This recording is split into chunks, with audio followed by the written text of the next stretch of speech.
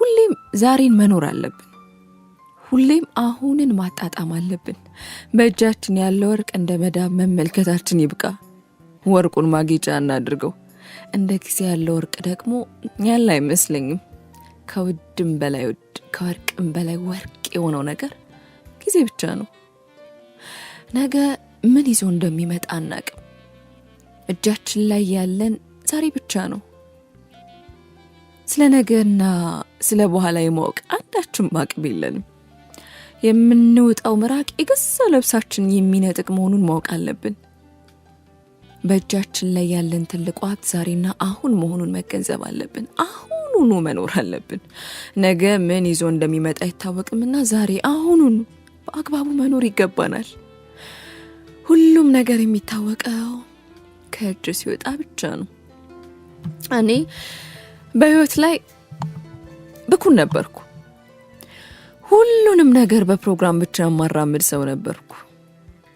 ፊት ለፊት ያለን ደስታ መመልከቻ ጊዜ አልነበረኝም። ሁሌም ሩጫ ላይ ነበርኩ። ነገን ብቻ ትኩረት አድርጌ እራመዳለሁ። ጉዞዬ ሁሉ በጥንቃቄ የተሞላ ነበር። ዛሬ ሳይሆን ነገ እንቅፋት እንዳይመታኝ ተጋ ነበር። ዛሬ ላልኖርም፣ ነገን ግን በትልቅ ተስፋ ጠብቀዋለሁ። ዛሬ የምጨነቀው ለነገ ውብ ጊዜ ነው። ቆንጆ ቤትና መኪና እንዲኖረኝ፣ ውብ የሆነ ጊዜን የዛሬን አልጠቀምም ነበር። ዛሬ ላይ ሆኜ ያልጠቀምኳቸውን ውብ ጊዜ አሳስብ እቆጫለሁ። ብቆጭም ግን ማድረግ የምችለው አንድም ነገር የለም። እንደውም መቆጨቴ ካለኝ ጊዜ ላይ ጊዜን መስረቅ ሆኗል። በአግባቡ ያልተጠቀምኩበት ጊዜ መዘብዙ ብዙ ሆኗል። ዳፋውም ለዛሬ ተርፏል። ውብ ለማድረግ የደከምኩለት ነገ ዛሬ ሆኖ ስደርስበት የተረፈኝ ጭንቀት ሆኗል። እኛ የምንጨነቅለት ነገ ምናልባትም የለንበትም ይሆናል። እኛ ያለነው ዛሬ ብቻ ይሆናልና ዛሬን ማጣጣም አማራጭ የሌለው ምርጫ ነው።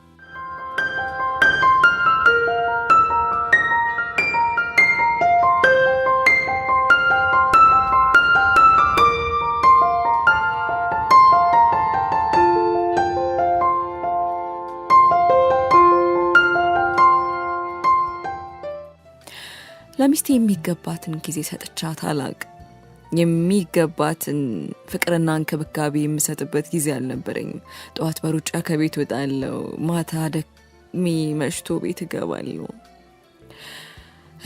የምትታገሰኝ ሁሉ አይመስለኝም። ሁሌም የሁለታችን ነገ ለማሳመር እንደምለፋ ነግራታለሁ። ትንሽ ጊዜ እንደሰጠኝና ሁሉም ነገር እንደሚስተካከል አሳውቃለሁ። ነገር ግን ያ ሁሉ ነገር የሚስተካከልበት ነገ ዛሬ ስደርስበት ሁሉ ነገር ተበላሽቶ ነበር። ማቲ ትላለሽ ሚስቴ፣ ሁሉም ነገር ሲያንገሸግሻትና ከኔ የምጠብቀውን ፍቅር ስታጣ። ወይ ቤዛ ነው ስሟ። ስትኮሳተር ለስለስ ለማድረግ ስል ከኔ ቀድሜ እለሳለሳለሁ። ምንድነው ግን ሁልጊዜ መባከን? ምንድነው ሁልጊዜ መሯሯጥ? ስንት ለምትኖረው እድሜ ነው እንደዚህ የምትሆነው? ቤዝ እንዴ እኮ የምለፋው ለነጋችን ስል ነው። እኔ ስለ ነገ ማሰብ አልፈልግም። ዛሬ እንኑር። ያለን ነገር እኮ ለመኖር ከበቂ በላይ ነው። ዛሬ እንኑር። እስቲ ያስተውል። ምን ጎደለን? ይጎደለን አንድ ነገር ብቻ ነው፣ ጊዜ እየሰጠኝ አይደለም። ስንገባ ይስተካከላል ብዬ ነበር። አንተ ግን ብሶ ባረፈው። በስ ትንሽ ጊዜ ብቻ አስጨኝ፣ ሁሉም ነገር ይስተካከላል። ከዚህ በኋላ እኔ እንደዚህ መኖር አልፈልግም። የእውነት መኖር ነው የምሻው። ካንተ ጋር በፍቅር መኖርና ልጆች መውለድ ነው የምፈልገው። እሱ ነው ትክክለኛ ደስታ። አሁን ልጆች የምንወልድበት ጊዜ አይደለም። ለምን ጊዜው አይደለም? በደፈናው መልሳለሁ። ይህን ጊዜ ቤዛ እያነባሽ መኝታ ክፍል ገብታ ተኛለች። ከቅርብ ጊዜ ወዲህ የኛ ህይወት እንዲሆኗል። በተገኘችው ትንሽ አጋጣሚ መጨቃጨቅ ይቀናናል፣ እንነታረካለን። መተማመንና መሸነፍ የለም። ሁልጊዜም ቢሆን ቤዛ አልቅሳ ነገሩን በእንጥልጥል ይቆማል። የነገ መጨቃጨቂያ አርዕስት ፈጥረን እንለያያለን። ትንሽም ብትሆን የነበረችኝ ደስታ ቤት ውስጥ አሁን የለችም። ቤዛ በኔ ባህሪ የተበሳጨችና የደከመች ትመስላለች። እኔ ደግሞ የነገ ህይወታችንና የልጆቻችን ምቾት ያስጨንቀኛል። ፍቅር ነገን አያውቅም። ቀጠሮ በተያዘለት ቁጥር የምንናፍቀውና የሚያፈቅረን ሰው ከራሳችን ላይ እየገፋን እንሄዳለን። እየገፋን በመጨረሻ ሳናቀው ከህይወታችን ገፍተን እናስወጣለን። ቤዛም እንዲሁ ከህይወት እየገፋት ያለው መሰለኝ። ቢሆንም ግን አሁን የጀመርኩትን አንድ ፕሮጀክት ጨርሼ የተረጋጋ ህይወቴን እንደምመራ ለራሴ ቃል ገባው። በእርግጥ እስከዛው ድረስ ቤዛ ከኔ ጋር ትቆያለች ወይ የሚለውን ነገር አስቤው አላቅም።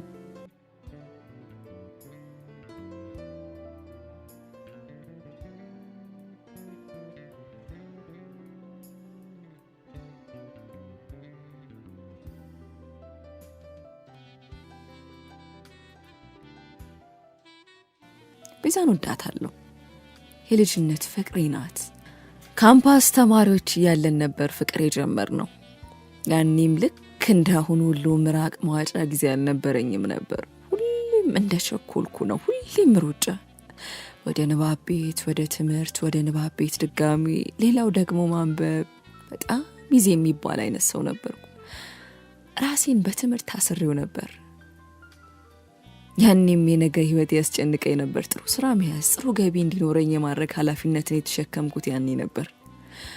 ሌሎች ተማሪዎችን የሚሸውዷቸው ጥቃቅን ነገሮች እኔ ጋር ሲመጡ ዋጋ አልነበራቸውም።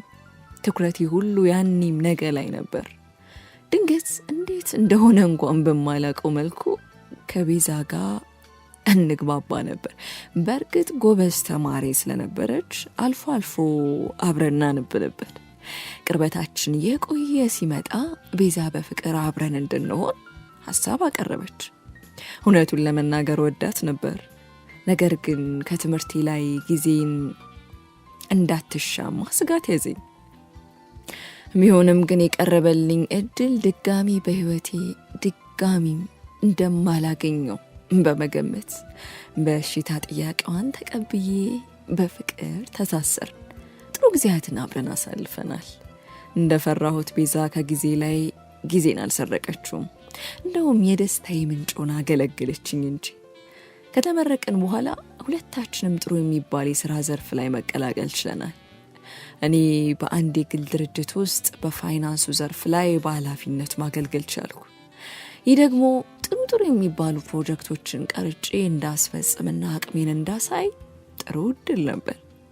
ይህንን እድል በመጠቀም የወደፊት ህይወቴን ለማሳመር ጠንክሬ መስራትን ተያያዝኩት። ቀን ከሌት ስራዬ ላይ ነበሩ። ጥቃቅን የሚባሉ ስራዎችን ሳይቀር በጥንቃቄ መከወን ያዝኩ። ይህም ብዙ ጊዜ ሳልቆይ በድርጅት ውስጥ ወሳኝ ሰው እንደሆነ አድርጎኛል። በዚህ ሁኔታ ውስጥ እያለው ነበር ቤዛ መጋባት እንዳለብን ነገረች። እኔ ግን ትንሽ ጊዜ እንድትታገስና የራሳችን ቋሚ ንብረትን እንድናፈራ ጠየቅኳት። እሷ ግን ፈቃደኛ ልትሆን አልቻለች።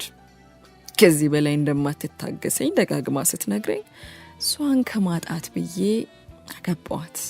ለኔ ጋብቻ ቀን የሚወሰነው በምናፈራው ንብረት ልክ ነው። ያኔ የነበረኝ አስተሳሰብ ይህ ነበር። ፍቅር ብቻውን ለትዳር በቂ ነው ብዬ አላምንም። ሁሌም ቢሆን ሁሉንም ነገር ብቻዬን ለማሳካት ነበር የምሮጠው። በትዳራችን ደስተኛ ነኝ። አሁን ግን ቤቱ የጭቅጭቅ ማምረቻ ፋብሪካ ሆኗል። የቤዛ የሁል ጊዜ ጥያቄ በዛ ላይ ለፍቅራችን ጊዜ ስጥ ነበር። ልጆች ይኖሩን ነበር ጥያቄዋ። እኔ ደግሞ ለልጆች ጊዜው ገና እንደሆነ ነው የማስበው። ልጆች ብዙ ኃላፊነቶችን ይዘው ይመጣሉ። ለዚህ ደግሞ የአእምሮም ሆነ የገንዘብ ዝግጅትን ይጠይቃል። አሁን ባለንበት ሁኔታ ደግሞ ህይወታችን በሩጫ የተሞላ ነው። ይህን እንደ ምክንያት ባቀርብም ቤዛ ግን ልትሰማኝ ፈቃደኛ አልነበረች። እንዲህ እያለ ጊዜው ይሄድ ነበር። በዚህ መካከል በተደጋጋሚ ያመኝ ነበረ።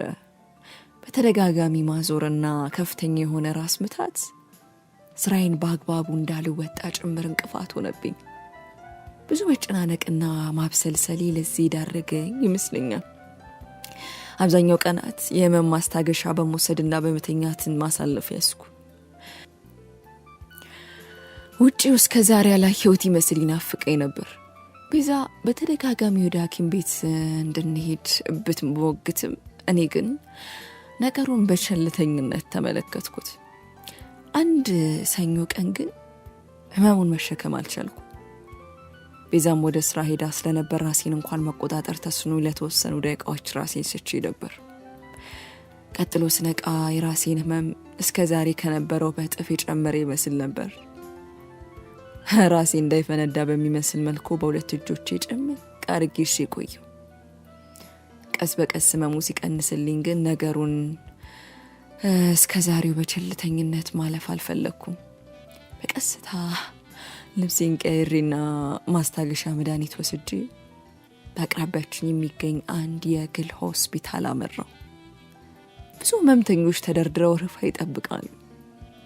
ብዙ ታማሚዎች በተዘረጉት ወንበሮች ላይ ተኝተዋል። ይህንን ስመለከት የአገሬ ህዝብ ሳያሳዝነኝ አልቀረም።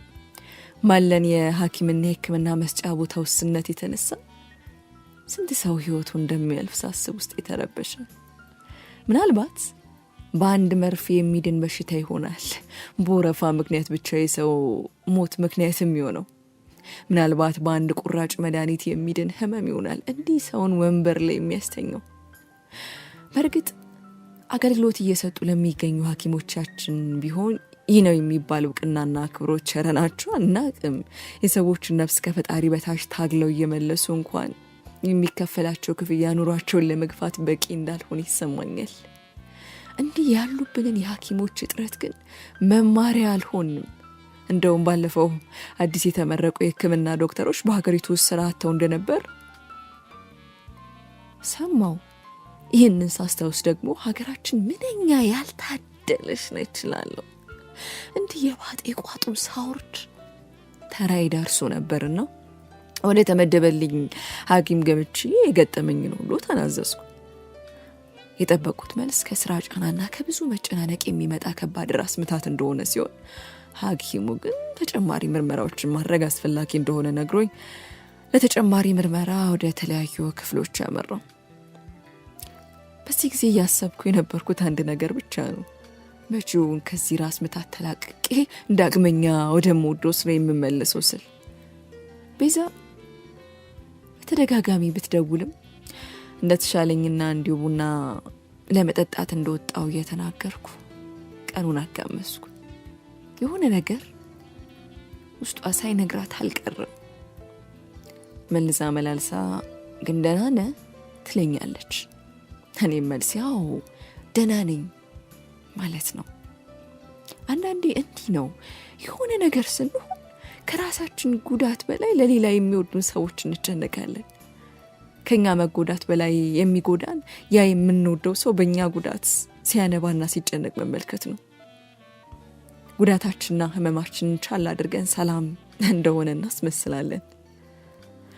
ቀኑን ሙሉ ከፈጀ ምርመራ በኋላ የሕክምና ዶክተሩ ቢሮ በድጋሚ ተገኘው። ይህን ጊዜ የሐኪሙ ገጽ ላይ ያነበብኩትን ነገር ብዙ ትርጉም ለመስጠት ሞከርኩ። ይህ ሰው ደክሞት ነው? ይህ ሰው ደህና አይደለም? ይህ ሰው ራሱ ሕክምና ያስፈልገው ይሆን?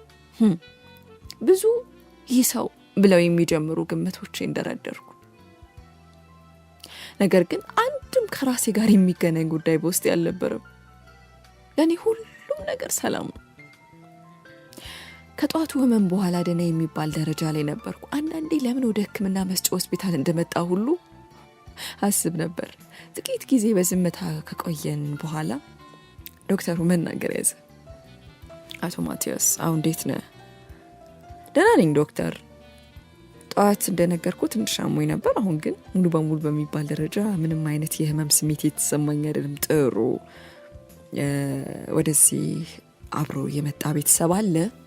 አይ ብቻዬን ነው የመጣሁት። ምን ነው? የሆነ ነገር ውስጤን ውርር አረገኝ። ለመጀመሪያ ጊዜ ውስጤ ስለ ራሴ መጥፎ ነገር ማሰብ ያዘ። ይህ ሰው ስለ እኔ ህመም መጥፎ ነገር አግኝቶ ይሆን? ግምቴ ላይ አሁን ይህን ጨመርኩ።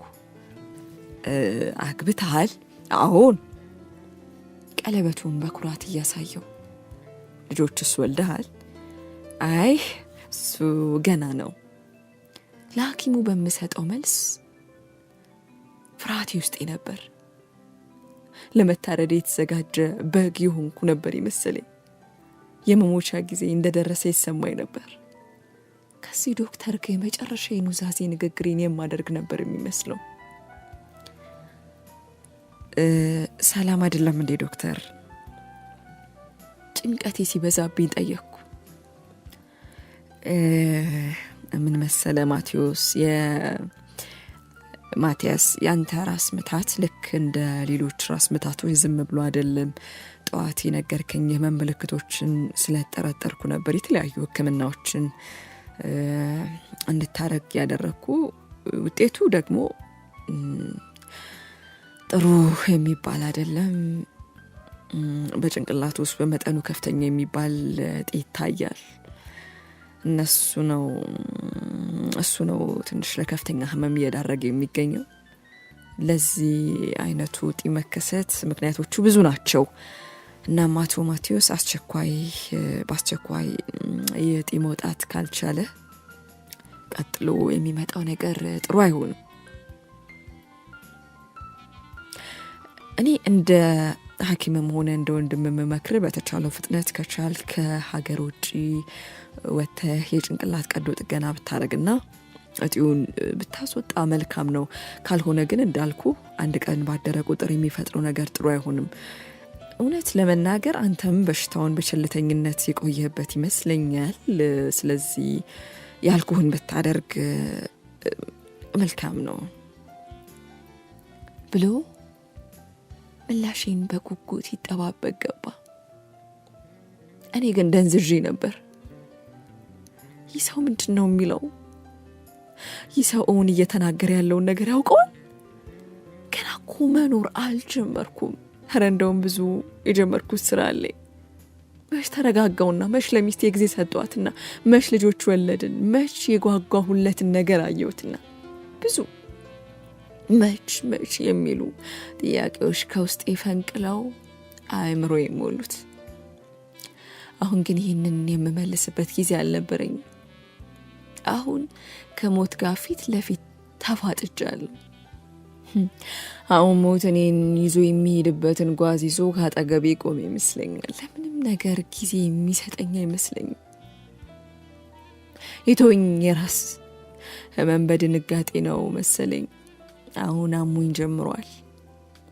እጆቼን ጭንቅላቴ ላይ ጫን አድርጌ ለማሰብ ሞከርኩ። ሁሉም ነገር ጨለማ ነበር። አቶ ማቴዎስ ተረጋጋ። አሁን መጨነቁ ሌላ ህመም ነው የሚያመጣው እንጂ ይህ ነው የሚባል ትርፍ አይኖረውም። ስለዚህ ተረጋጋና ቀጥሎ የሚሆነውን ነገር አስብ። ዶክተር መፍትሄው ምንድን ነው? እኔ እኮ ገና ብዙ ያልፈጸምኳቸው ነገሮች አሉኝ። ብዙ በጥልጥል ያቆምኳቸው ነገሮች አሉ። ለሚስቴ እንኳን እኮ ጊዜ ሰጥቻት አላቅም። ማቲያስ፣ አሁንም እኮ ጊዜ አለ። ምንም ተስፋ የማያስቆርጥ ነገር የለም። የተቻለንን ሁሉ እናደርጋለን። አንድ ጥያቄ ልጠይቅ ዶክተር፣ እስቲ ሳትዋሽ መልስልኝ። የጭንቅላት ቀዶ ጥገናው ምን ያህል አስተማማኝ ነው? ማቲያስ፣ በህክምና የማይሆን ነገር የለም። ህክምናውን በዚህ አይነት በሽታ ላይ ብዙ ልምድ ያላቸው ሐኪሞች ጋር የምታደርግበትን ሁኔታ እናመቻቻለን። ይህ ደግሞ የቀዶ ጥገናው ስኬታማ እንዲሆን ያደርገዋል። እውነቱን ለመናገር ከዚህ በላይ ውስብስብ የሆኑ ኬዞች ተፈተው ተመልክተናል። እጅግ በጣም ቀላል የሚባሉ በሽታዎች ደግሞ ብዙ ዋጋ ሲያስከፍሉም እንደዛው። ስለዚህ አንተ አሁን ማድረግ ያለብህ መጠንከር ነው። ጠንካራ ሆነ ራስን ማጠንከር ይኖርብሃል። አንተ በርትተህ ውስጥህን ማበርታት አለብህ። በዙሪያ ያሉ ሰዎችንም ማበርታት ይኖርብሃል። ከዚህ በኋላ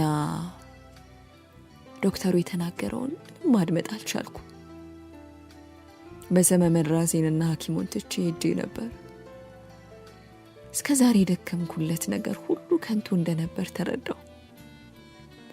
የሰው ልጅ ብኩንነትና አቅመ ቢስ መሆኑን ተረዳው።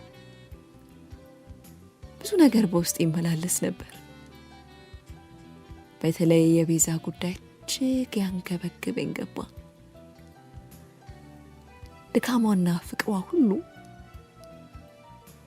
ገደል ሲገባ ተቀምጬ መመልከት ሆኗል የኔጣ። እጅና እግሬ በገመድ እንደታሰረ ሁሉ መንቀሳቀስ ገበደኝ። ራሴን ለማረጋጋት በሞክርም ከአቅሜ በላይ ሆነብኝ። አቅሜ ሲድረስ ብቻ ነው ስል በራሴ ተበሳጨው። ግን ከራሴ ህይወት በላይ ስለ ቤዛ ነበር የማስበው። መውደዷ እንዲህ በከንቱ መቅረቱ ያስቆጨኛል። እስከዛች ደቂቃ ድረስ በትዕግስት የጠበቀችኝን ሴት አንዳችም የሚያስደስታትን ነገር ሳልሰጣት ይህ ነገር በመፈጠሩ ዘንኩ።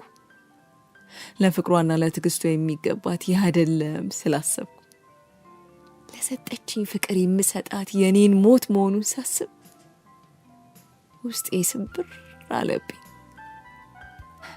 አሁን መጸጸት የሚፈይደው አንዳችም እንኳን ፋይዳ ያለመኖሩን ባቅም፣ ነገር ግን ከዚህ ሀሳብ መናወዝ መውጣት አልቻልኩም ነበር። ጸጸት ምን ዋጋ አለው? ያለፈን ጊዜ የማይመልስ ጸጸት ትርፉ ድካም ብቻ ነው። የጊዜን እጅ ይዞ በመጠምዘዝ ወደ ኋላ መመለስና ያለፈን ስህተቶቻችን ማስተካከል የማይችል ጸጸት ለኔ ትርፉ ድካም ብቻ ነው። እኔም እንዲሁኝ ነበር። ጊዜ ያለኝ ገና ነው ብዬ ስዘናጋ የነበረኝ አጭር ጊዜ እንኳን በአግባቡ መጠቀም አልቻልኩም። አንዳንድ ጊዜ እንዲህ ነው። የሞታችን ቀን ባላሰብነው ሰዓት እንጋፈጠዋለን። ገና ነው ያልነው ጊዜ አሁን ሆኖ እናገኘዋለን።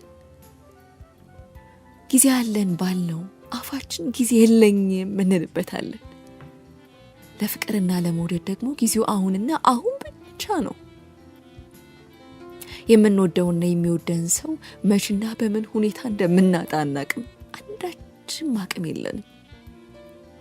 ፍቅር አሁንም ማጣጣም አለብን። አሁንን ዛሬ መኖር አማራጭ ሳይሆን የሁላችንም የህይወት አቅጣጫ መሆን ይኖርበታል።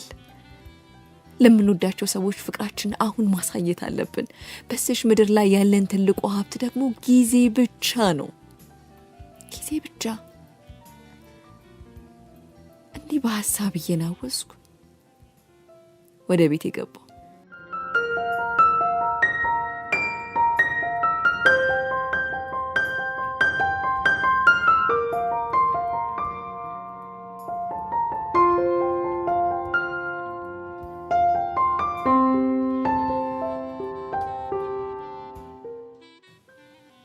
ማድረግ ያለብኝን ነገር በተረጋጋ መንፈስ ማሰብ እንዳለብኝ ባቅም መረጋጋት ግን አልቻልኩም ነበር።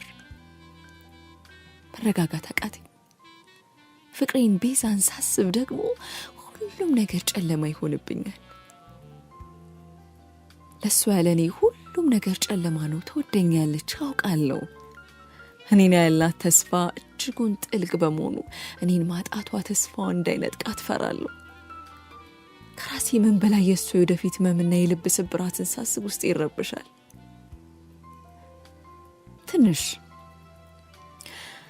እንደ መረጋጋት ሲያረገኝ አንዳንድ ውሳኔዎችን ለራሴ ወሰንኩ። በምንም ሁኔታ ውስጥ ለቤዛ ስለ ህመሜ እንደማልነግራት፣ ምንም ቢፈጠር እሷ በየቀኑና በየደቂቃው እየተጨነቀች እንድትኖር ማድረግ እንደሌለብኝ አሰብኩ። አንዳንዴ እኛን የሚያመን የራሳችን ህመም ሳይሆን የምንወዳቸው ሰዎች በእኛ መታመም ነው። እኔም እንዲህ ከራሴ በሽታ ይልቅ የቤዛ ጭንቀት ያመኛልና እንድትጨነቅ መፍቀድ የለብኝም ስል ወስኛለሁ። ሌላው ደግሞ ባለኝ ቀሪ እድሜ ለቤዛ የቻልኩትን ያህል ፍቅር መስጠት እንዳለብኝ፣ ለሚስቴ እስከ ዛሬ ድረስ የከለከልኩትን ጊዜ አሁን ያለችኝ ቀሪ አጭር ጊዜ በሙሉ ለሷ መስጠት እንዳለብኝ ወሰንኩ። አውቃለሁ ጊዜው ረፍዷል። ቢሆንም ግን ከቀሪ ዘመኔ ላይ ሁሉንም ለቤዛ መስጠት እንዳለብኝ ወስኛለሁ። ላደረገችልኝና ለሆነችልኝ ነገር ይህ በቂ ባይሆንም ነገ ሟች ነኝና ልሰጣት የምችለው ዛሬም ብቻ መሆኑን አውቃለሁ። ከምድር ላይ ትልቁ ስጦታ ምን እንደሆነ ታውቃላችሁ? ጊዜ ነው። ጊዜውን የሰጠ ሁሉንም ነገር እንደሰጠ ይቆጠራል።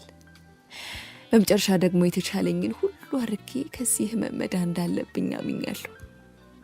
ፈጣሪ ሁለተኛ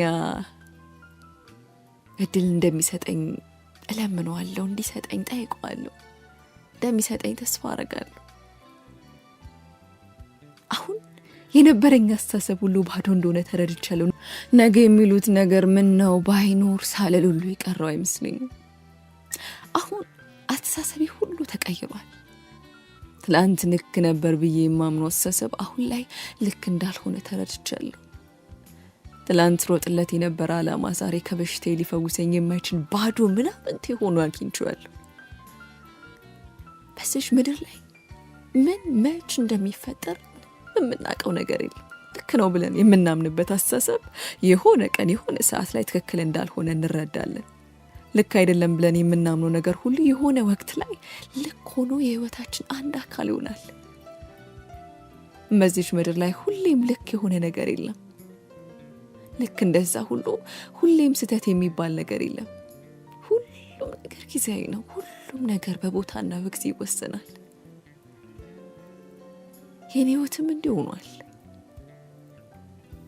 ከዚህ በፊት የህይወቴ መሪ የነበረውን ነገር ሁሉ አሁን ከንቱ ሆኗል። ከዚህ በፊት ህይወቴ ዓላማ የሆነ አስተሳሰቢ ሁሉ አሁን ከዓላማነቱ ገሸሽ ብሏል። ከዚህ በፊት የማልጨነቅለት ነገር አሁን የምብሰለሰልለት ነገር ሆኗል። አሁን ላይ የምንሞትለት ብለን የያዝነው ዓላማ ሞት ከፊት ለፊታችን ሲቆም ግን ምንም ይሆናል። አይረቤ ነው ስንል የደከምንለት ነገር ሁሉ ከንቱ እንደሆነ እናስባለን።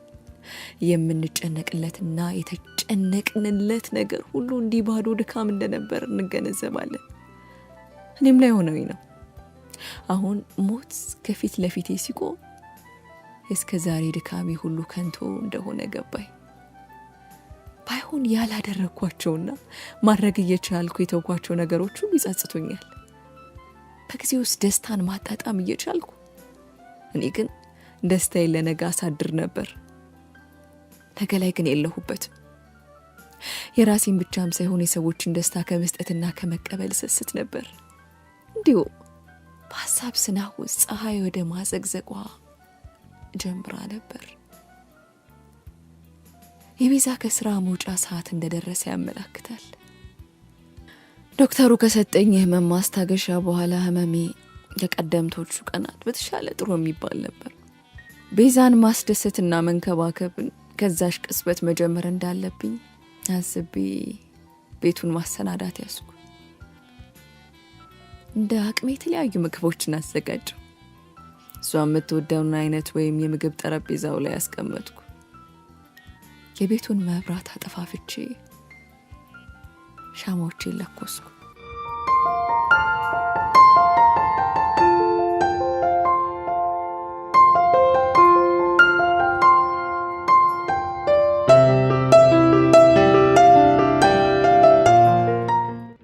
ቤዛን ማስደሰትና መንከባከብን ከዛሽ ቅጽበት መጀመር እንዳለብኝ አስቤ ቤቱን ማሰናዳት ያስኩ። እንደ አቅሜ የተለያዩ ምግቦችን አዘጋጀው። እሷ የምትወደውን አይነት ወይንም የምግብ ጠረጴዛው ላይ ያስቀመጥኩ። የቤቱን መብራት አጠፋፍቼ ሻማዎችን ለኮስኩ። ይህንን ሳረካ ውስጥ የማላቀው ደስታ ይሰማኝ ነበር። ህመሜን እንኳን ላፍታ ረስቼው ነበር። ለካስ የሚወዱትን ሰው ለማስደሰት የሚደረገው ነገር ራሱ በአቅሙ አስደሳች ነው።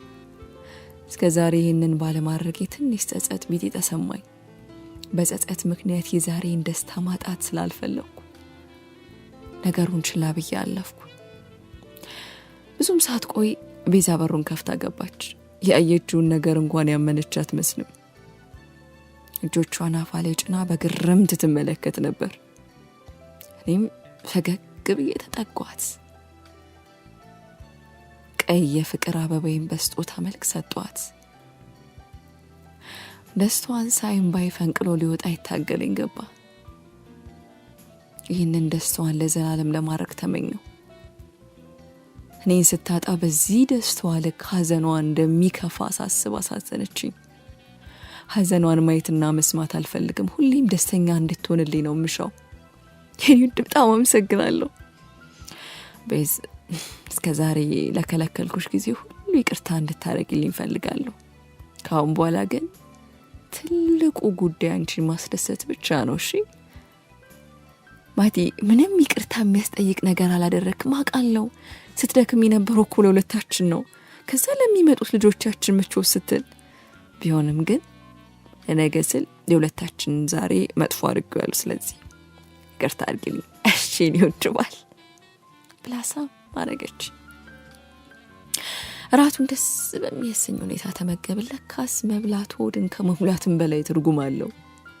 ለካስ መብላትም የፍቅር መገለጫ አንድ አካል ነው ስላሰብኩ እያንዳንዱ እርምጃዎቼ ትላንቴ ልክ እንዳልነበር የሚነግሩኝ አፎች ሆነውብኛል። እያንዳንዱ ድርጊት ያለፉት ቀኖቼ ጥቅም አልባና የውሸት እንደነበሩ ያስረዱኛል። የኔ አስተዋጽኦ አንድ ብቻ ነው፣ በዝምታ ውስጥ የሚሆነውን መመልከትና ደስታዬን ማጣጣም ብቻ። አንዳንዴ አይኖቼን እጨፍንና በሚሆነው ነገር ሐሴት አደርጋለሁ። የኔ ውድ ባል ወይ ዛሬ ግን ምን ተገኝቶ ነው? ሳትዋሽ ንገሪኝ። ምንም፣ እንዲሁ ሚስቴን ማስደሰት አልችልም። ኧረ ትችላለህ። ካሁን በኋላ አንቺን ለማስደሰት ምንም ምክንያት አያስፈልገኝም። ስራዬ ሁሉ አንቺን ማስደሰት ነው የሚሆነው። እሺ እሺ። ህመሙ ግን እንዴት አስዋለህ? አመመህ እንዴ? ፊት ግን ተቋቁሯል። ኧረ እንደውም ዛሬ ደህና ነኝ። ተው ቤዝ፣ እውነቴን ነው። ዛሬ እንደውም ከቀድሞ ቀን የተሻለ ነው ካልክሽ ግን ብትታየው ደስ ይለኛል። አታስቢ ኔዎች፣ በጣም ደህና ነኝ ብያት የግዷንም ቢሆን ተቀበለች። ምሽቱ ካቀድኩት በላይ ቆንጆና አስደሳች ሆኖ አለፈ።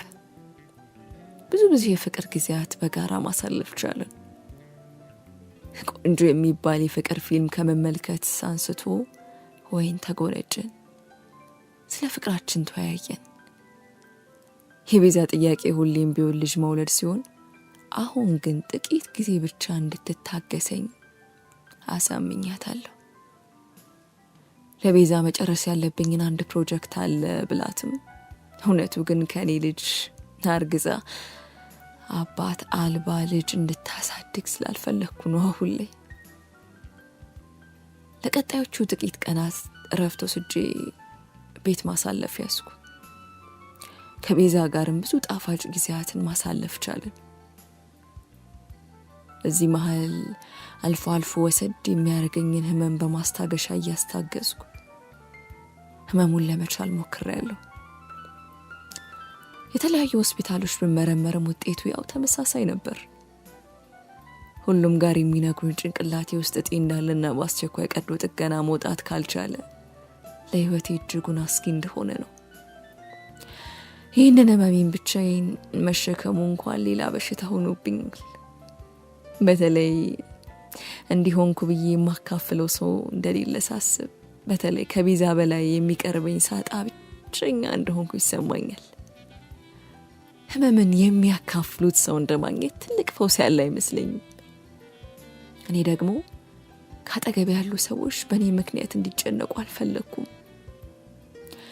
አሁን ግን መፍትሄ መፈለግ እንዳለብኝ ተሰምቶኛል። እንዲሁ ቁጭ ብዬ ሞቴን መጠባበቅ እንደሌለብኝ ተሰምቶኛል። ሞት የፊት ለፊታችን ሲቆም አስተሳሰባችን ሁሉ የሚቀየር ይመስለኛል። አስተዋዮች እንሆናለን። ምን እንደሚጠቅመንና ምን እንደሚጎዳን የምናውቅ ይመስለኛል። ሁሉም የሰው ልጅ ለአፍታ ሞቱን ቢያስታውስ ሁሉ የሚደክምለት ነገር ምንም ዋጋ እንደሌለው ይረዳ ነበር። ሀብት፣ ገንዘብ፣ ንብረት፣ መልክ ሁሉም ጥቅም አልባ እንደሆኑ ይረዳ ነበር። ከዚህ ይልቅ ባህሪና ከሰዎች ጋር የምናሳልፈው እያንዳንዷ ደቂቃ ምን ያህል ዋጋ እንዳላት እንረዳለን። የሚያስደስተንን ነገር ከማድረግም ወደ ኋላ ባላልን ነበር። ለነገ የምናሳድረው ፍቅር ባልኖረን ነበር።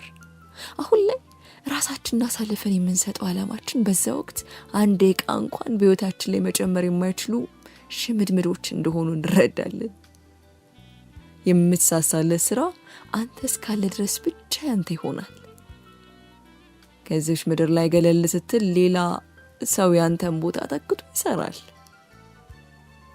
አንተ ከሌለ የማይኖር የሚመስል ነገር ሁሉ ካንተ ውጪ ያለ ምንም ስህተት ይቀጥላል። ሁሉም ነገር በነበረበት ይኖራል። ካንተ ህይወት ውጪ ሁሉም ነገር ይቀጥላል። ሀሳብ ጭንቀቴ ሲበረታ ለወንድሜ ሁሉንም ነገር ልነግረው ወሰንኩ። የተረጋጋና የመፍትሄ ሰው ስለሆነ ምናልባት ከዚህ ችግር የሚገላግለኝን ሀሳብ የሚያመጣልኝ መስሎኝ ተሰማኝ። ታላቅ ወንድሜን በስልክ ለጥብቅ ጉዳይ እንደምፈልገው ነግሬ አንድ በአቅራቢያ ያለ ካፌ ውስጥ ተቀምጬ እሱን መጠበቅ ያዝኩ። አሁን ላይ እይታዬ ሁሉ ከቀድሞ የተለየ ነው። የሚደሰቱና በፍቅር የሚዝናኙ ሰዎችን ስመለከት ቀድሞ የነቁ ይመስለኛል። የሚደረማ ሰው ስመለከት ደግሞ ገና ከእንቅልፉ ያልነቃና እንዲሁ በከንቱ የሚደክም ሰው ይመስለኛል። እንዲሁ በሀሳብ እየናወስኩ እያለ ወንድሜ ደርሶ ኖሯል። በሰላም ነው እንዲያጣድፍ የጠራኸኝ አለኝ። በሰላም ነው ወንድሜ፣ አረፍ በል ምን ይምጣ ብዬ በእጄ ባዶን ወንበር ጠቆምኩት።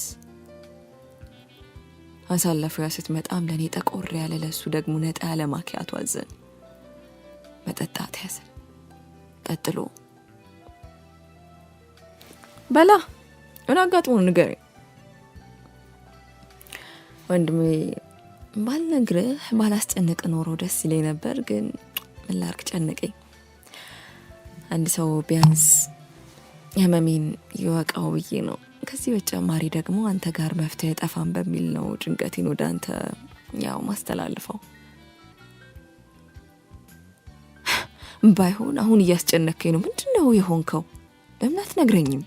አሞኛል ወንድሜ፣ አሞኛል። ሳላስበውና ከቁጥጥሬ ውጪ በሆነ መልኩ እንባ አይኖቼን ድፍን አድርጎ ሞላው። ይህን ጊዜ ወንድሜ ግራ ተጋብቶ ይመለከተኝ ነበር። ምነው ወንድሜ፣ ምንድነው ያመመ? ራሴ። ወንድሜ ይበልጥ ግራ ሲጋባ ተመለከትኩ። ይሁን ያለውን ነገር የገባ አይመስልም። ነገር ግን በፊት ገጽታዬ መቀየር የህመሜን ክብደት ሳይረዳው የቀረ አይመስለኝም።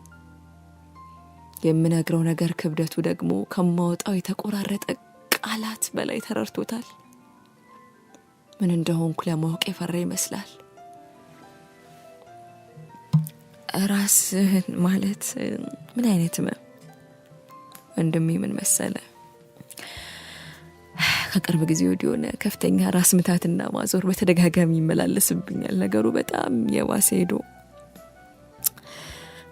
ጨርሻ ባለፈው ሰኞ በተኛውበት ለተወሰኑ ደቂቃዎች ራሴን ስቼ ነበር። ከዛ ስነቃ ሐኪም ቤት መሄድ ነበረብኝና ሄጄ ተመረመርኩ ብዬ ላፍታ ዝም አልኩ። ከዛስ ምን አለ ወንድሜ ንግግሬ እንድጨርስ ጋብዘኝ። መጥፎ ደረጃ ላይ የደረሰ ጭንቅላት እጢ እንዳለብኝ ነገሩኝ። ይባስ ብሎ በጣም በቅርቡ ከሀገር ውጭ ቀዶ ጥገና ማድረግ ካልቻልኩ ለህይወቴ ምንም ሌላ ተስፋ እንደሌለው ነው ነገሩኝ። ወንድሜ መሞቼ ደርሷል። ማቲያስ ወንድሜ ጮክ ብሎ ጠራኝ። አቤት ወንድሜ፣ እስከ ዛሬ ለምን አልነገርከኝም? ፊቱ ላይ ቁጣ ይነበባል። እንዳላስጨንቅ ብዬ ነዋ። ሳልጨርስ አቋረጠኝ። አንተ ብትደብቅ እንዴት ቤዛ ይህንን ትደብቃለች? አይ እሷ እስካሁን አታውቅም። እንዴት? ለምን? አትጨነቅ ብዬ ነው ያልነገርኳት። ለአንተም የነገርኩ አንተ ሁሌም መፍትሄ አታጣም ብዬ ነው። በዛም ሆነሽ ቤተሰቦቻችን ምንም ነገር እንዲያውቁና በየቀኑ እንዲጨነቁ አልፈልግም። ስለዚህ ጉዳይ በእኔና ባንተ መካከል ብቻ እንዲቀር የምፈልገው። እንዴት አደርጋለህ? እንዴት ከሌላው ብትደብቅ እንኳን ከኔ እንዴት እስከ ዛሬ ትደብቀኛለህ? ወንድሜ አሁንም አላስጨረሰኝም። እሺ ለመወቃቀሱ በኋላ ይደርሳልሽ። አሁን ወደ መፍትሄው አለኝ። ይህን ጊዜ ውስጥ የትንሽ የምጸት ሳቅሳኩ።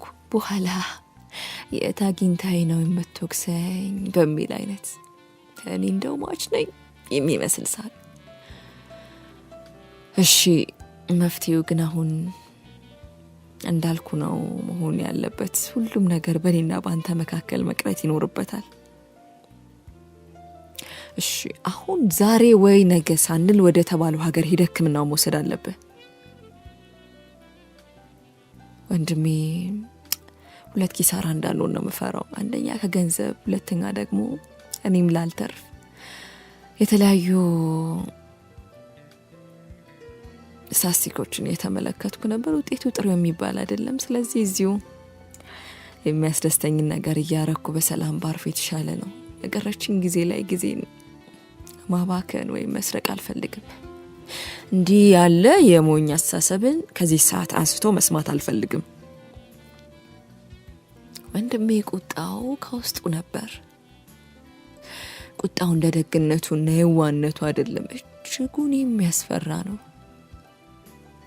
ወንድሜ ለሶስተኛ ጊዜ አቋረጠኝ።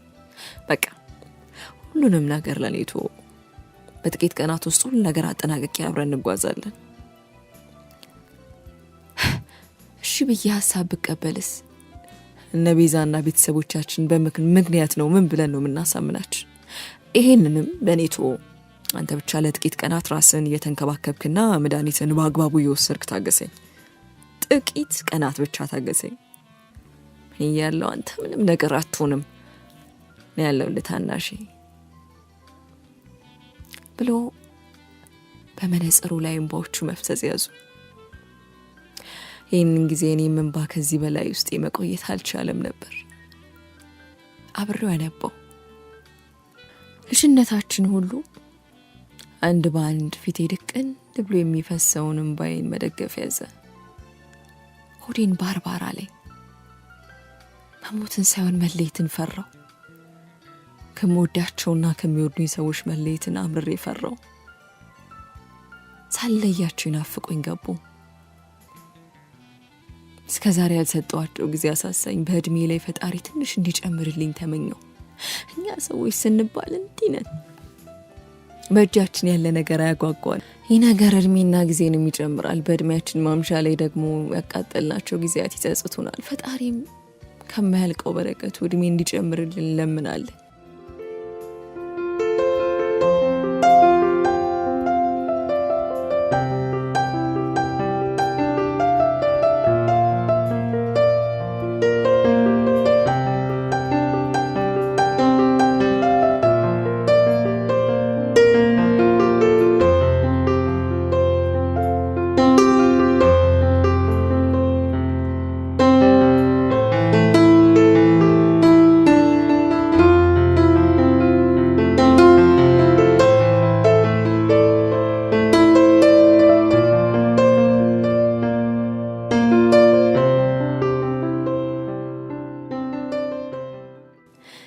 ለሚቀጥሉት ጥቂት ቀናት ወንድሜ እንዳለኝ ከቤዛ የተደበቁ የተለያዩ መድኃኒቶችን ወስድ ነበር።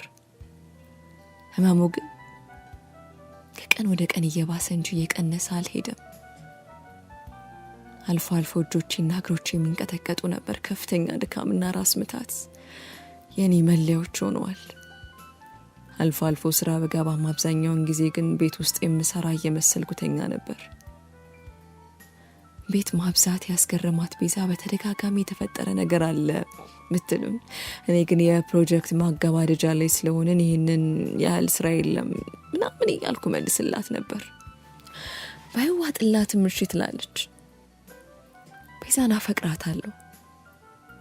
እንደሷ ያለች ሴት ምናልባትም በዚች ሰቀቀና ምድር ድጋሜ የምትፈጠር አይመስለኝም። ሰውን ስትወድ ከልቧ ነው። ማስመሰል የሚሉት ነገር ቤዛ ጋ የለም። ፍቅርን ስትሰጥ ሳትሰስት ነው። ለፍቅር ሳትሰስት ደግሞም የዋነች ትንሽ ነገር ያስለቅሳታል። እንዲሁም ትንሽ ነገር ትንሽ ልቧን ያስፈነድቃል። ልጅ ትወዳለች። ምንም እንኳን ከኔ ልጅ ማግኘት አምሮታ ባይሳካላትም ቤዛ ግን ለልጅ ያላት ፍቅር ጥልቅ ነው። ቀን በገፋ ቁጥር ተስፋን እያጣው መጣው። ወንድሜ በየደቂቃው በሚባል ደረጃ እየደወለ ያለውበት ሁኔታ ያጣራል። አንዳንዴም በቀን ውስጥ 2-3 ጊዜ እየመጣ አይቶኝ ሄደ። ስራውን ሙሉ ለሙሉ እርግፍ አርጎ ትቶ የኔን ሕክምና ጉዞ ሙጥኝ ብሏል። ለነገረኝ ከሆነ ደግሞ አብዛኛውን ነገር በስኬት አጠናቋል። የቀረውም ጥቂት ቀናት የወረቀት ጉዳዮች በዚህ 2-3 ቀን ውስጥ አጠናቆ ለሕክምና ከሀገር እንደምንወጣ ነግሮኛል። ከዚህ በፊት ያኔ ጤነኛ እያለው ያኔ ስለ ነገ ብቻ ሳስብ ከሀገር የምወጣበትን ቀንና ወር በወረቀት ላይ አስፍሬ ነበር። ከቤዛ ጋር ለመዝናናት ዓለምን ለመጎብኘት እቅድ አውጥቼ ነበር። ነገር ግን ማን ባሰበበት ዋለ ይላል የሀገሬ ሰው። እኔም ያሰብኩት ቦታ አልዋልኩም። ለመዝናናት ያሰብኩት ሀገር ለሕክምና ልሄድ ነው። በቃ ህይወት እንዲህ ናት። እኛ ባሰብነው ሳይሆን እሷ ባዘጋጀችልን የመንገድ ጉዞ ነው የምንሄደው። እኛ የምንመለከተው ሳሩ ብቻ ሲሆን እሷ ግን ከሳሩ ስር ያለውን ገደል ታሳየናለች። ከሞች በላይ ቀሪው ሰው የሚፈራ ይመስለኛል። ሰሞኑን ባየሁት ነገር ነው እንዲህ ልል የቻልኩት። ወንድሜ ለእኔ እንደሚጨነቀውና ሞቴ እንደሚፈራው እኔ ለራሴ ህይወት አልፈራም። ሁሌም ቋሚው ነው ፈሪ። ለሚዋጋ ወታደር እናቱና ቤተሰቦቹ እንደሚፈሩለት ራሱ ለገዛ ነብሱ አይሳሳም፣ አይፈራም። ሞትን ስንጋፈጥ የሆነ ጀግንነት ይሆን ተስፋ መቁረጥ ይጫጫነናል። እኔም ጋር የሆነው ነው። ሞት ፊት ለፊቴ ሲቆም ፈሪነቴ ፈርጥጦ ጠፍቷል። ይልቁንስ በህይወት ላይ ያለኝን አመለካከት ለወጠው እንጂ። በቻልኩት መጠን ቤዛን ለማስደሰት ሞክራለሁ። ቀን በቀን ስትስቅ ለማየት ጓጓለሁ። ፍቅሬን ሳልሰስትና ሳልደብቅ መስጠት ችያለሁ። ለካስ የሰው ልጅ ትልቅ ለሰው መስጠት የሚችለው ስጦታና ጊዜ ፍቅር ነው ስል ተረድቻለሁ። ጊዜና ፍቅር። ለቤዛ ፍቅሬን መግለጽ ከጀመርኩና እሷን ለማስደሰት መጣር ከጀመርኩ ዕለት አንስቶ እስከዛች ደቂቃ ድረስ ስበድላት እንደኖርኩ ተሰምቶኛል። የኔ ውድ ባል እንዲህ ግን በፍቅር የሰውን ልብ መስረቁን ከየት ተማርከው ስትል በሰሞንኛ ባህሪ መገረሟን ነግራኛለች። ከህይወት ስል ነበር የመለስኩት። እውነቴን ነበር። ከየትኛውም ዩኒቨርሲቲ ወይም ኮሌጅ የማላገኘውን ትምህርት ህይወት እየሰጠችኝ ነው፣ ያስተማረችኝ። አንዳንዴም ከሳሳችልህ በሌላ ሰው ህይወት ታስተምርሃለች። በእርግጥ ህይወት ልክ እንደ ዓለማዊ ትምህርት ቤት አስተምራ አትፈትንም፣ ይልቁንስ ፈተና ታስተምርሃለች እንጂ። አንዳንዴ ደግሞ እንደኔ አይነት ነገርም ሊያጋጥም ይችላል። በመጀመሪያ ፈተና ትጥልህና እንድትማር እንኳን እድል አትሰጥም። ብትማርም የተማርከውን እንድትተገብር እድሉ የለህም። ይህ አሁን የምኖረው ህይወት የታይታና የማስመሰል እንደሆነ የምረዳው ሞት ከፊት ለፊታችን ሲቆም ይመስለናል። አሁን የምንሰራውና የምናደርገው ነገር ሁሉ የምንወደው እንዳልሆነ ያኔ እንረዳዋለን። ሞት ከፊት ለፊታችን ሲቆም የምንወደውና የሚጠቅመንን እንዲሁም ለሌሎች የሚጠቅም ነገር ብቻ እናደርጋለን። ያኔ የሚያስደስተንን ነገር ያለምንም ፍርሃት እናደርጋለን። አሁን ላይ ሰው ምን ይለኛል የምልለት ነገር ያኔ ማን ምን አገባው ብለን የምናደርገው ይሆናል። ሌላው ደግሞ በመጨረሻ ብቸኛ እንደሆንን እንረዳለን። አብረውን የሚኖሩና የሚወዱን የምንወዳቸው ሰዎች ሁሉ ሁሌም አብረውን አይሆኑም። በመጨረሻ ሰዓት ብቻችንን እንቆማለን። ሞትን የምንጋፈጠው ብቻችንን ነው። ሌላ ሁሉ አድማቂ ነው። የማናውቀውን መንገድ የምንጀምረው ብቻችን ሆነን ነው። ሁሉም ሸኝ ነው። ተራው እስኪደርስ እያነባ ይሸኛል። በእርግጥ ሁሉም የሚያለቅሰው ለራሱ ነው። ሰው ሲሞት እሱ ሟች እንደሆነ ትዝ ይለዋል። ካጠገቡ ሰው ሲሞት ለካ እኔ ሟች ነኝ ይላል። ካጠገቡ የተለየ ሰው ሞት የሚሉት ነገር እውነት እንደሆነ ይነግረዋል። የረሳነውን የህይወት ትልቁን ክስተት ያስታውሰናል። ነገኛም በዚህ መሄጃውና መድረሻ የማይታወቅ መንገድ ተጓዦች እንደሆነ እናስታውሳለን። የሰራነውን ደግና ክፉ ስራ ሁሉ አንድ በአንድ ፊታችን ላይ ድቅን ይላል። ምን ነው ይሄንን ባላደረግኩ ኖሮ፣ ምን ነው ይሄን አድርጌ በሆነ ኖሮ የሚል ቁጭታችን ከውስጣችን ይፈነቅላል። የባከነ እድሜ እንዳሳለፍ እናስባለን። ቀሪ ዘመናችንን ከማሳመር ይልቅ ድጋሚ ወደ ቀድሞ ወሰታችን እንመለሳለን። ነገም እንዲህ ይሆናል። ሰው ሲሞት ጠብቀን እናለቅሳለን። ለሟች ሳይሆን ለራሳችን እናለቅሳለን።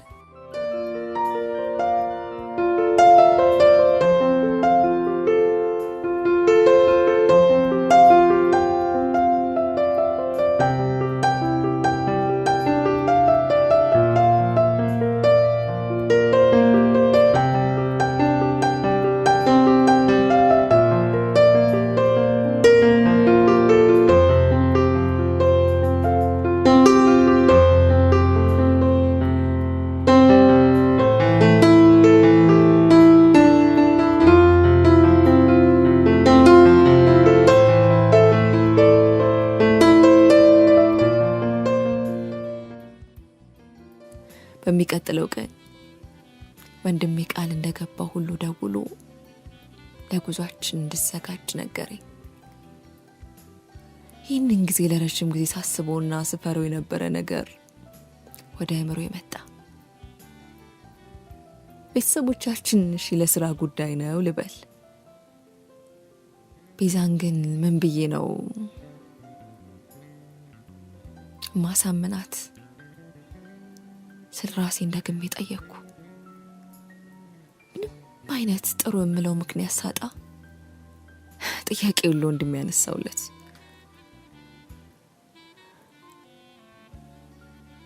ለሱ መፍትሄ አለኝ አለ። ለኔቶ አለኝ እንደ ልማዱ። አንተ ብቻ ነገ ለመብረር ራስን አዘጋጅ ብሎኝ ስልኩ ተዘጋ። ወንድሜ ሁሌም ቢሆን የመፍትሄ ሰው ነው። ቢሆንም ግን ለዚህ ችግር የሚሆን አሳማኝ መፍትሄ በዚህ ፍጥነት ያገኛል ብዬ አላመንኩ። ነገር ግን ከድምፁ እንደተረዳሁት ከሆነ በኩራት መፍትሄ እንዳገኝ ያሳብቃል። ውስጤ ሳያስበው የወንድሜን ምክንያት ለመስማት ጓጓው። ምን አስቦ ምን አግኝቶ ይሆናል? ከዚህ በተጨማሪ እንዲህ ከሀገር የመውጣትን ጉዳይ በአጭር ጊዜ ውስጥ ያሳካል አላልኩምና በትንሹም ቢሆን በወንድሜ መገረም ያልቀረም። አመሻሹ ላይ ትንሽ ራሴን ስላመመኝ ሶፋው ላይ ተኝቼ የቲቪውን ቻናል በደመ ነፍስ የቀያየርኩ ሳለ ቤዛ ከስራ መጣች። ይሄ ነገር አይሆንላትም እና ግንባሬን ስማኝ ውሎዬ እንዴት እንደነበር ጠየቀችኝ። ጥሩ እንደነበር ባስረዳት፣ እሷ ግን የፊቴ ገጽታ እንደተቀያየረና ሰውነቴ እጅጉን ማተኮስ እንደጀመረ ነግራኝ ወደ ሐኪም ቤት ይዛኝ ለመሄድ ተነሳች። ቤዝ ደህና ነኝ፣ ዛሬ ሌውና ካልሆነ ጠዋት እንሄዳለን። አንሰው ያማል። ስንት ቀን ነው እንደዛ የምትለው? ምን እስክትሆን ነው የምትጠብቀው? እስክትሞት? ለራስ ባታስብ ለኔ አታስብም አለች። ይህን ጊዜ ለእሱ አስቤ የማረገው ሁሉ ባይኔ መጣ። ጭንቀቷን እንኳን ብቻዬን እየተጨነኩ እንዳለው ትዝ አለኝ። ቢሆንም ግን የምታውቀው ነገር የለምና መልሶ አሳዘነኝ። ቤዝ አንቺ እንደምትይው ምንም የሚካበር ነገር የለም። ሳርፍበት እኮ ሁሉም ነገር ሰላም ነው። አይቻልም ማቲ፣ እስቲ እሺ በለን ደርሰን እንመለስ። እንዲህ የተነታረክን ያለ ወንድሜ ከየት መጣ ሳልለው የሳሎኑን በር ከፍቶ ገባ። የሆነ መልአክ የደረሰልኝ ነበር የመሰለኝ። ጎረምሳው በሰላም ነው በቀን የተጋደምከው አለ። በሰላም ወንድሜ፣ አንተ እንዴት ነህ? በሰላም አይደለም አውቆ ነው። ሰሞኑን ብታይ በጣም እያመመው ነው። ቤት ነው ሲተኛ የሚሆነው። አሁን ራሱ በጣም አሞት ሐኪም ቤት እኮ እንሂድ እያልኩ ስጨናነቅ ነው አንተ የመጣው። እስቲ አንተን ከሰማኝ ሰው ሂድ አለች። የቤዛ ጉዳይ ለቀባሪው አረዱት አይነት ነገር ሆነብኝ። ያለማወቅ ምን ያህል ምስኪንነት እንደሆነ በቤዛ አየው። ወንድሜም ሆን ብሎ የቤዛን የሕክምና ጥያቄ አደባብሶ አለፈው። ትንሽ ቆይቶም ልሰሙ የጓጓሁለትን ቤዛን ማታለያ ምክንያቱ መናገር ያዘ። በወንድሜ ድጋሚ ኮራው። እኔ የምልህ ትንሹ ታይላንድን አይተህ ታውቃለህ አለኝ። ይህን ጊዜ እኔ የድራማው ሰዓት እንደጀመረ ተረድቼ አንዱ ተዋናይ መሆን ቀጠልኩ። በፍጹም እንኳን ደስ አለ። ለምን ወንድሜ? መስሪያ ቤቴ ለእኔና ለአንድ የቤተሰብ አካል የሚሆን የጉብኝት ቪዛ ወደ ታይላንድ አዘጋጅቷል። ስለዚህ የእድሉ ተጠቃሚ እንድትሆን ጋብዣለሁ። አይ እኔ አሁን እንደ ልማዱ አላስጨረሰኝም። ትንሹ አብረን እንሄዳለን። የአጭር ቀን ጉዞ ነው። አይዞ ብዙ አንቆይም፣ ከሳምንት አያልፍም። በዛ ላይ ደግሞ ይሄን ራሴን የምትለውን ነገር እዛው ትታያለህ። ትክክል አለሽ ቤዛ እየፈነደቀች። ምንም ጥርጣሬ ሳይገባት ይባሱን እኔን ለማሳመን ሞከረች። እኔም የተሸነፍኩ መስዬ ለጉዞ ተስማማው። ወንድሜን በኩራትና በድል አድራጊነት እያየኝ ፈገግ አለ።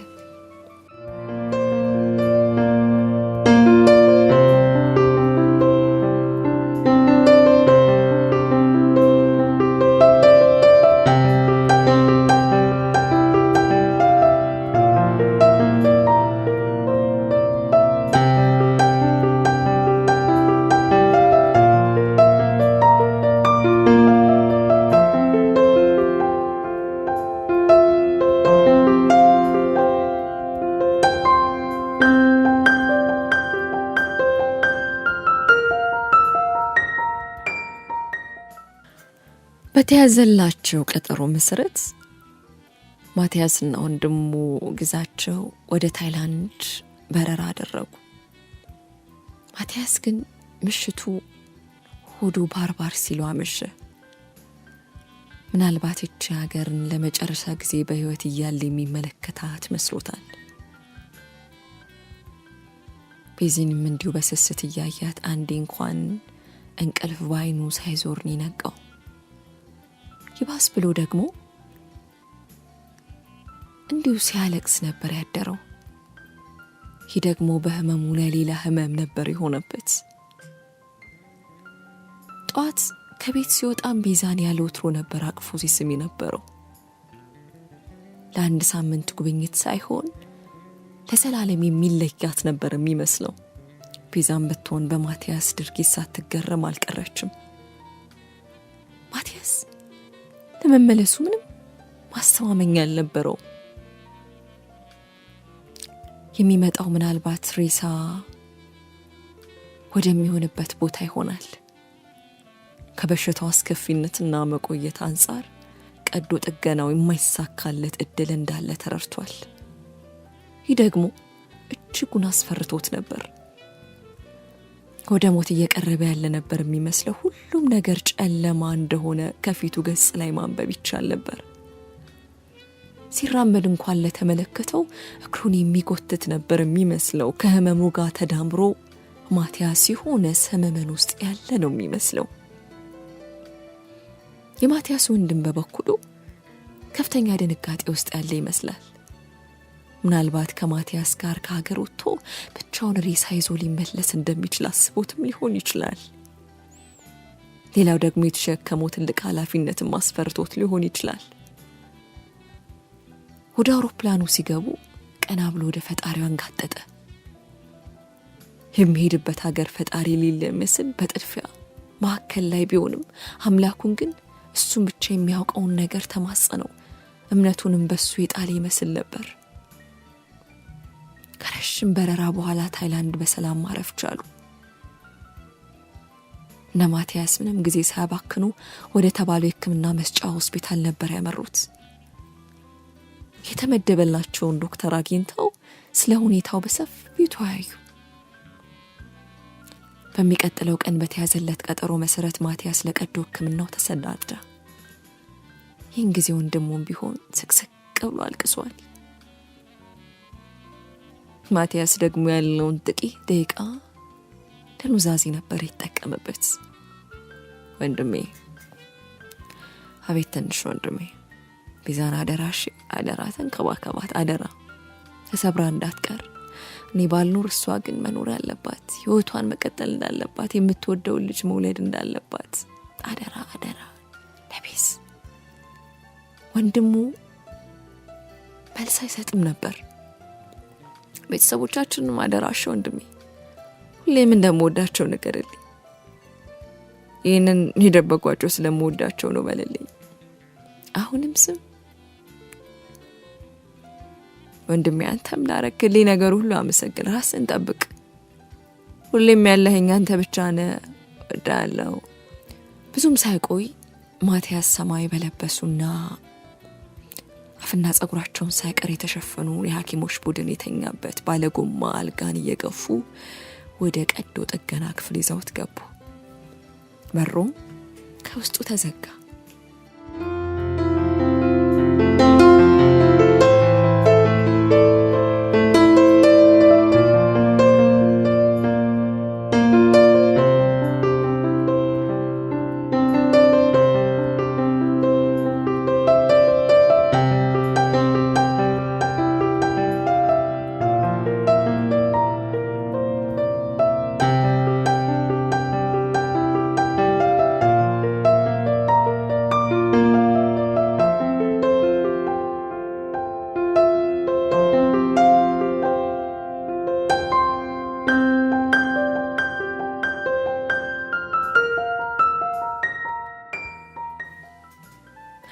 ከጥቂት ሰዓታት በኋላ ማቲያስ እየታከመ ወደ ነበረበት የቀዶ ጥገና ክፍል ሌሎች ተጨማሪ ሐኪሞች እየተሯሯጡ መግባት ያዙ። ያን ጊዜ ወንድሙ አብሮ ለመግባት ቢሞክር እንደማይችል ነገሩት። ከመካከል አንዱን ሐኪም እጅ ይዞ ምን እንደተፈጠረ ሲጠይቅ የማቲያስ የልብ ምት እንደቆመና የተቻለውን ሁሉ እያደረጉ እንደሆነ ነግሮት በድጋሚ በሩ ከውስጥ ተዘጋ። ይህን ጊዜ ማቲያስ ወንድም በማቲያስ መዳል ላይ የነበረው ተስፋ የተመናመነ መሰለ። አንገቱን አቀርቅሮ ፊቱን በእጆቹ ሸፍኖ ማንባት ያዘ። ማንም የሚያውቀው ሰው በሌለበት ሀገር የወንድሙን ሞት የሚሰማ ብቸኛ ቤተሰብ የሆነ መሰለው። ህመሙና ስብራቱን ችሎ የሚሸከም አልመስላለው። ከነበረው ተስፋ ላይ ተስፋውን ተሰረቀ። ሁሉም ነገር ጊዜያዊ ነው። እኔ በህይወት ላይ ብኩን ነበርኩ። ሁሉም ነገር በፕሮግራም ብቻ ማራመድ ሰው ነበርኩ። ፊት ለፊት ያለን ደስታ መመልከት ጊዜ አልነበረኝም። ሁሌም ሩጫ ላይ ነበርኩ። ነገን ብቻ ትኩረት አድርጌ እራመዳለሁ። ጊዜ ሁሉ በጥንቃቄ የተሞላ ነው። ዛሬን ሳይሆን ነገ እንቅፋት እንዳይመታኝ ተጋ ነበር። ዛሬን አልኖርም። ነገን ግን በትልቅ ተስፋ ጠብቃለሁ። ዛሬ የምጨነቀው ለነገ ውብ ጊዜ ነው። ቆንጆ ቤትና መኪና እንዲኖረኝ። ውብ የሆነ ጊዜን ዛሬን አልጠቀምም ነበር። አሁን የአስተሳሰብ ሁሉ ተለውጧል። ፈጣሪም ሁለተኛ እድልን ሰጥቶኛል። ያኔ በዛ የቀዶ ሕክምና ክፍል ውስጥ የልብ ምት ሲቆም ሁሉም ነገር ማብቃት ይችል ነበር። ፈጣሪ ግን ማስተማር እንጂ መቅጣት አልፈለግም ነበርና ሁሉም ነገር ቀጠለ። ሐኪሞቹ የልብ ምት መመለስ ቻሉ። ቀዶ ጥገናውም እጅግ በጣም ስኬታማ የሚባል መሆን ቻለ። ይህን ጊዜ ወንድሜ በሆስፒታል ወለል ላይ ተንበርክኮ ፈጣሪን አመሰገነ። ይህንን ላደረገ አምላክ ምስጋና ይገባል። ከጥቂት ሳምንታት በኋላ ወደ ሀገሬ መመለስ ቻልኩ። ቤዛና ቤተሰቦቼ ጭንቅላቴ ላይ ተጠቅልሎ የነበረ ፋሻ ሲመለከቱ ቢደነግጡም የሆነውን ሁሉ አስቀምጠን ስነግራቸው ግን በድንጋጤ በድን ሆኑ። በመጨረሻ መረጋጋት በሆነው ነገር ደግሞ መገረም ያዙ። አሁን ቤዝ የ6 ወር ነፍሰ ጡር ናት። የመጀመሪያ ልጃችንን አቅፈን ልንስም እየተሰናዳን ነው። ሁሉም ነገር ትክክል ሆኗል። ዛሬን በደስታ በማጣጣም ላይ ይገኛለሁ። ዛሬ ግን ደስ ይላል። አበቃው።